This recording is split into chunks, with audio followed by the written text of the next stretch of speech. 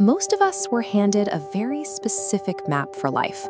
Go to school, pick a discipline, get a job, and ride that straight line to retirement.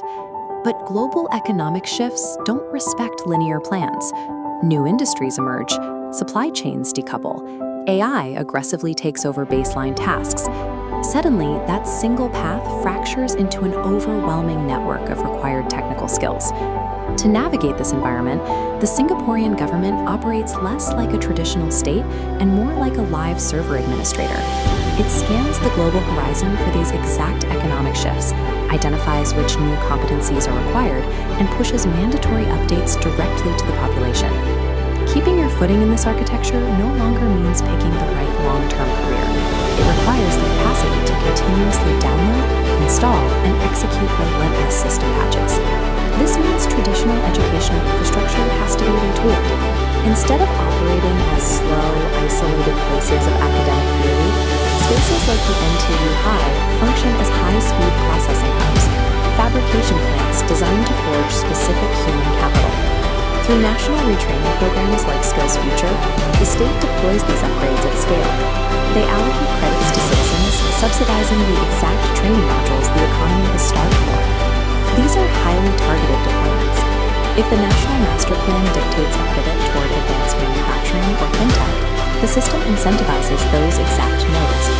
State-funded learning in this model drops the pretense of personal enrichment.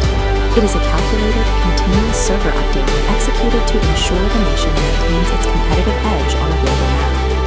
When the global market shifts direction, the impact on everyday white-collar workers is immediate. Entire departments find their core competencies devalued in a matter of months. This triggers a forced adaptation process. Careers change, skills shift, paths reset. Workers must violently realign their professional identities with new parameters set by the state. Because in a system optimized for constant forward momentum, skill builds that remain outdated are effectively deprecated. They do not survive. Ripping up years of specialized experience to start over at the bottom of a new tech tree takes a profound psychological toll. You are constantly rewriting who you are to remain viable. We often romanticize adaptation as an inspiring tale of human resilience. Here, it is stripped of all limits. It is a strict, uncompromising baseline requirement just to stay in the game.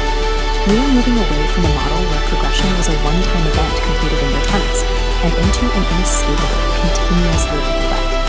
This graph models relative workforce velocity.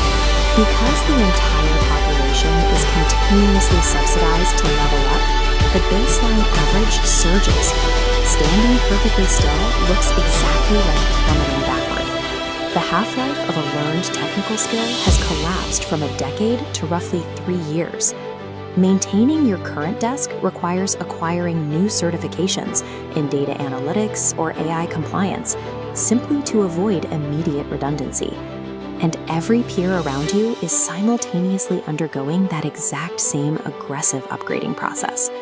This relentless engine engineers unparalleled national resilience, but it purchases that capability with an undercurrent of inescapable, chronic individual anxiety. There is no denying the raw output. The system produces a highly capable, fiercely adaptable, and hardened population. But every hardware has a limit.